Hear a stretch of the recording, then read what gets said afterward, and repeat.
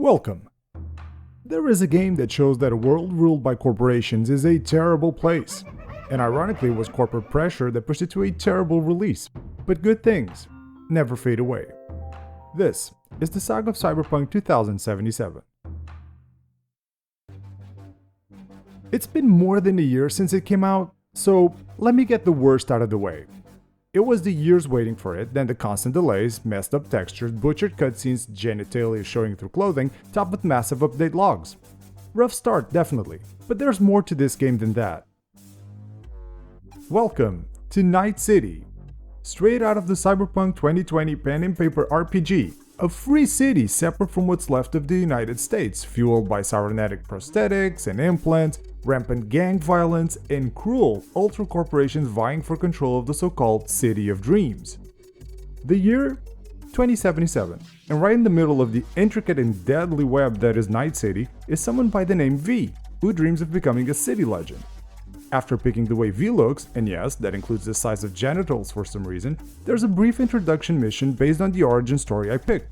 This mission shows how V tries to make it to the top, but then crosses the path of a cheerful thug by the name of Jackie Wells, who ends up becoming my best friend. He's the guy that hooks me up with the people that matter, knows the best places to party, and soon enough we're making a name for us in Night City, leading to a job with the promise of changing both of our lives. And that it does. It's the heist of the century. But I need to recover a robot from a gang that stole it from a big military corporation that may be interested in helping us so they can get some revenge. Basically, I can do this one of two ways. Either talk business and offer to buy the robot and use the corrupted money card I got from the corporation, or I can let Jackie get mad and start a fight so that I can kill everyone and take the robot all the same. With that out of the way, I can go meet up with a client, one Evelyn Parker. She needs a face-to-face to explain the plan and have me scout out the location using a brain dance, an actual live recording played in my brain, delivered by the best in town, Judy Alvarez. Everything is set, so Jackie and I make our way to steal the relic, one of the most expensive implants on the planet. But out of nowhere, we got company, so Jackie grabs the case with the chip because it's time to run. A little too late though, and now the both of us need to hide behind the giant screen where I witnessed this heist blowing up like a house of cards. After almost being caught, I get front seats to the murder of Saburo Arasaka, CEO of the Arasaka Corporation, at the hands of his own son. This is the event that is about to change everything about this heist and this story. Realizing what he did, the patricidal son calls for a code red. All exits are now shut, and my contact on the outside gets her brain fried. When trying to make a desperate attempt to get to an emergency exit, a corporate security drone spots us and we need to jump while taking heavy fire. It's bad, but this is just the opening scene. The relic's case is damaged and the chip is losing power, so Jackie slots the chip in to protect it, but he's also badly wounded. There's a way out, but I need to fight an army of corporate security to get there, and then we're chased by one of the city's biggest mercenary legends, not to mention the flying death machines that still try to hunt us down. And when the coast seems clear, more bad news. Jackie isn't going to make it and gives me the relic before he dies. Later, chum. Of course, I get angry, and that anger gets me blindsided by the guy that set me up with the job.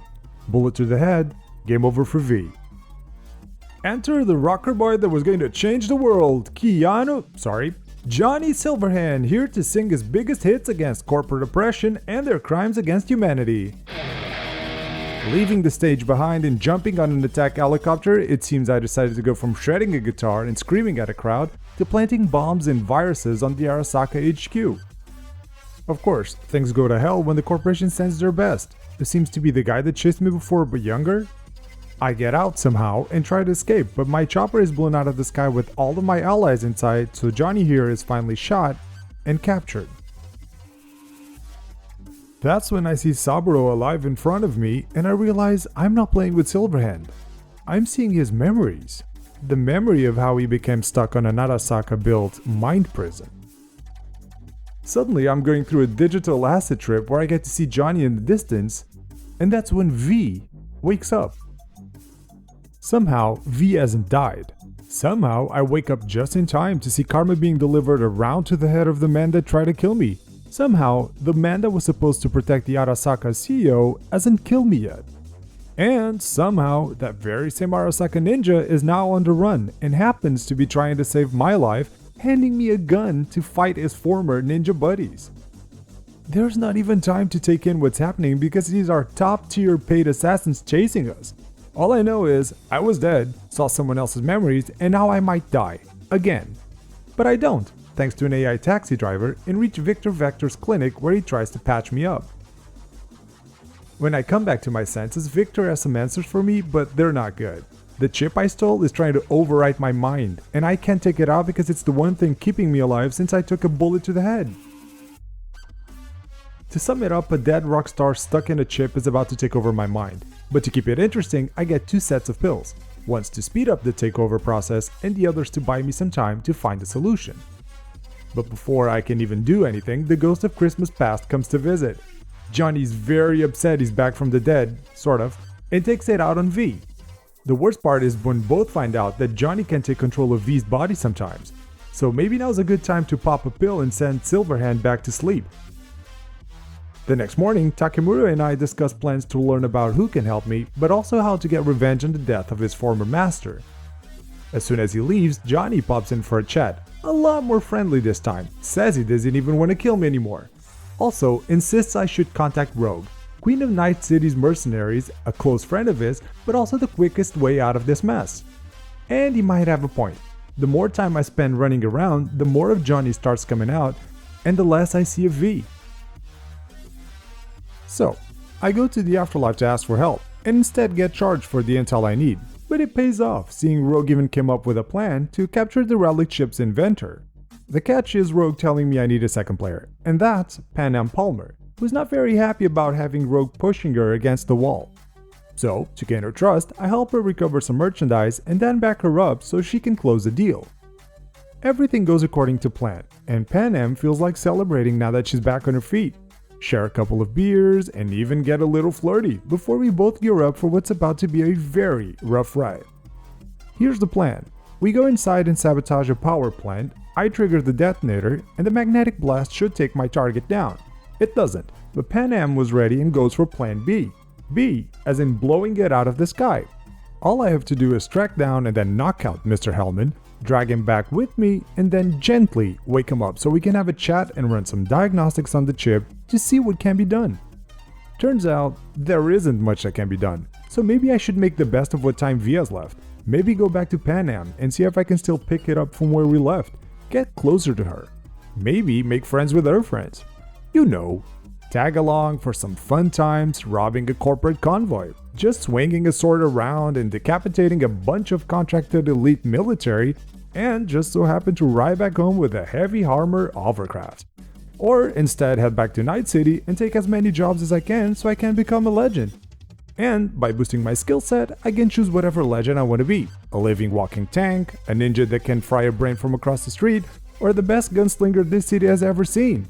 Then, with the money from all those contracts, I can keep buying better stuff to really make me unstoppable. I don't mean just weapons. I can also buy new clothing and accessories to make me look the way I want, but a lot of them will also boost my stats. Though, cash is best spent somewhere else. Paying a visit to Vic or any of the other Ripper docs lets me buy implants, and these are awesome improvements to gameplay, where I can get things like blaze out of my arms, see the blast area of grenades, or get a double jump. Pretty cool, right? Though reality is Johnny will be in charge at some point, so maybe I can let him help. Of course, first thing he'll do is get drunk. Not just drunk, get drunk with strippers. Not just drunk with strippers. Well, you get it. But all of that helps getting things done, and the game itself is a little like Silverhand. So many red flags about it, but I just can't help thinking how cool it looks, on top of the great soundtrack, great story with multiple endings, and a big map filled with secrets. It just needs a second chance. Thank you for joining me on the saga of Cyberpunk 2077. If you liked it, do me a solid and press that like button. Also, there's a lot more to be said about this game, so I want you to go down to the comments and be a part of this saga. Speaking of, there's other sagas to watch on this channel, so be sure to go and check them. And while you're at it, if you like what you see and want me to keep at it with other games, then subscribe to the channel. If you want to see more stuff I'm making or want to say hi, be sure to drop by my social media pages. This is it for this one, so time to log out.